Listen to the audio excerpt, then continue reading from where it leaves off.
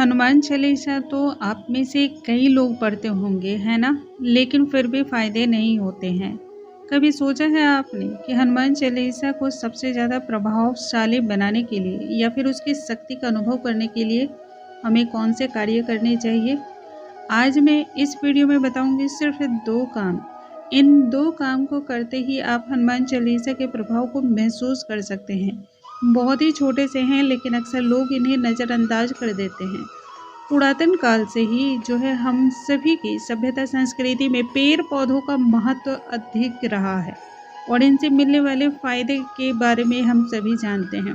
पौराणिक काल की ऐसी बहुत सारी कथाएं आपने सुनी होंगी जिनमें पेड़ों का जिक्र आपको मिलता है।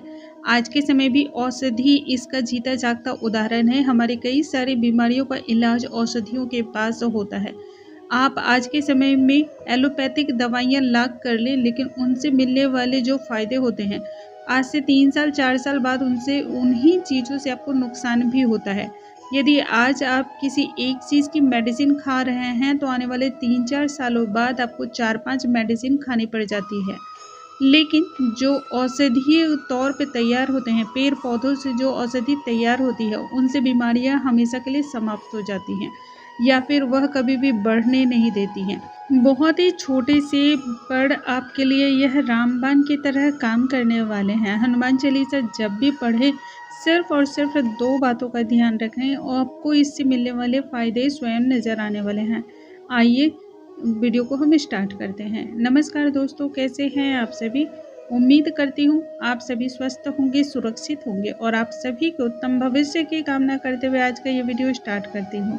कली युग के सबसे जागृत देवताओं में जो आशीर्वाद मिला हुआ है वह हनुमान जी को मिला हुआ है। हनुमान जी को कलियुग का जागृत देवता माना जाता है और यह बात प्रमाणित भी है। कई ऐसी घटनाएं हुई हैं जिनमें यह प्रमाण आया है कि हनुमान जी को यदि आप सच्चे दिल से, सच्ची श्रद्धा के साथ याद करते हैं तो वह आपकी मदद के लिए तुरंत ही तैयार हो जाते हैं, तुरंत ही चले भी आते हैं। हम सभी प्रत्येक दिन की शुरुआत जो करते हैं वह पूजा पाठ से करते हैं। पूजा पाठ से यदि आप अपने दिन की शुरुआत करते हैं तो आपका पूरा दिन सकारात्मक ऊर्जाओं से भरा हुआ रहता है।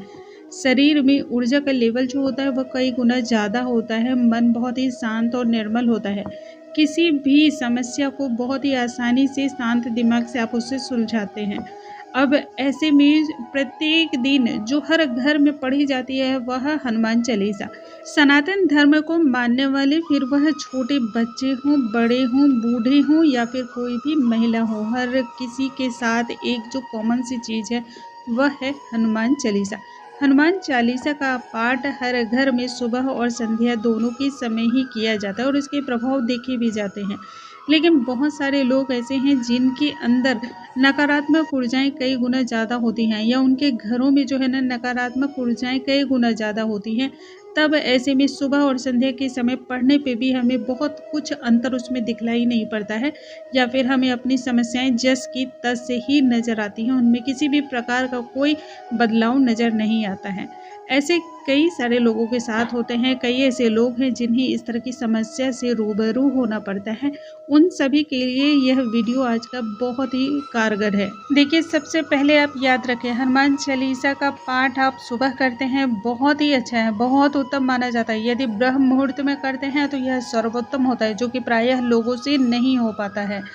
अब ऐसे में हनुमान चालीसा का सर्वाधिक आपको फल प्राप्त यदि करना है तो आपको हनुमान चालीसा का पाठ संध्या के बाद करना चाहिए। संध्या के बाद नकारात्मक शक्तियाँ जो होती है, नकारात्मक जो ऊर्जाएं होती हैं वह बहुत ही प्रबल हो जाती है। वैसे भी अंधेरे में कोई भी जो नकारात्मक ऊर्जाएं होती है ना उनका प्रभाव सर्वाधिक होता है और उस समय जो है ना कई विपदाएं आपको देखने को मिलती हैं। आप देखते होंगे रात्रि जैसे जैसे होता है वैसे वैसे गलत न्यूज़ आप तक भी पहुंचते होंगे। कई ऐसी घटनाएं हैं जो रात्रि के दौरान की जाती हैं, तो ये सभी नकारात्मक ऊर्जाओं का ही असर होता है।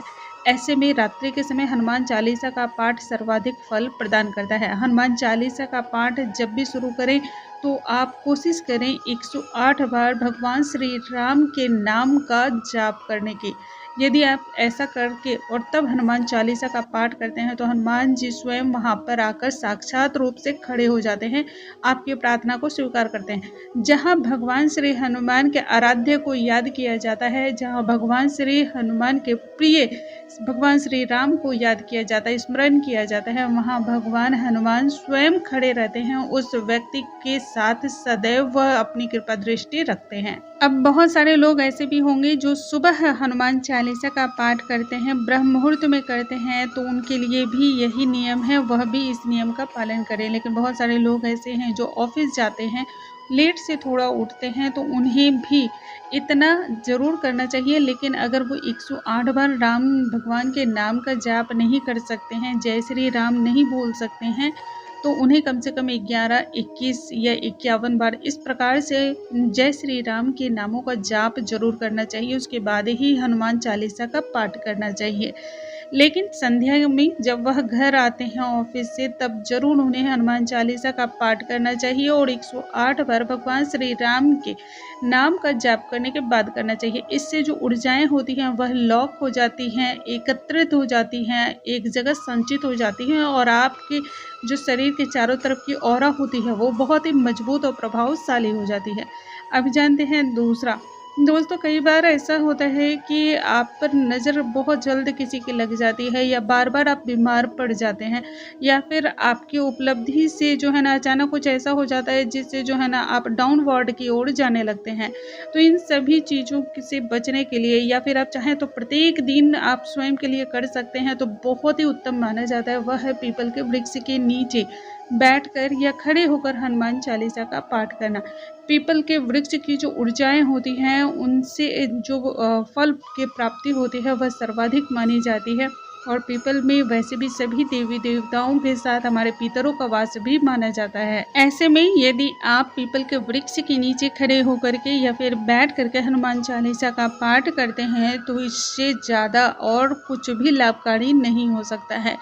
लगातार जो भी व्यक्ति 41 दिनों तक इस कार्य को कर लेता है, यानी कि 41 डेज कर लेता है, उस व्यक्ति को अनेक प्रकार के अनुभव हुए हैं और यह अनुभव देखे जा सकते हैं। आप स्वयं भी इसको करके आजमा सकते हैं, देख सकते हैं। देखिए, एक बात और भी याद रखेंगे, जो भी भक्त इस कार्य को कर रहे हैं, जब तक उन्हें बहुत ज़्यादा किसी भी चीज़ की ज़रूरत नहीं होती है या फिर बहुत ज़्यादा मुसीबतें नहीं होती हैं, तब तक उन्हें भगवान को कभी भी इस प्रकार से परेशान भी नहीं करना चाहिए।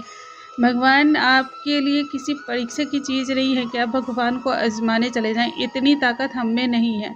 हम भगवान को याद करते हैं ताकि वह हमारे साथ हमेशा बने रहें, हर मुसीबत में, हर सुख दुख में हमेशा वह हमारे साथ रहें।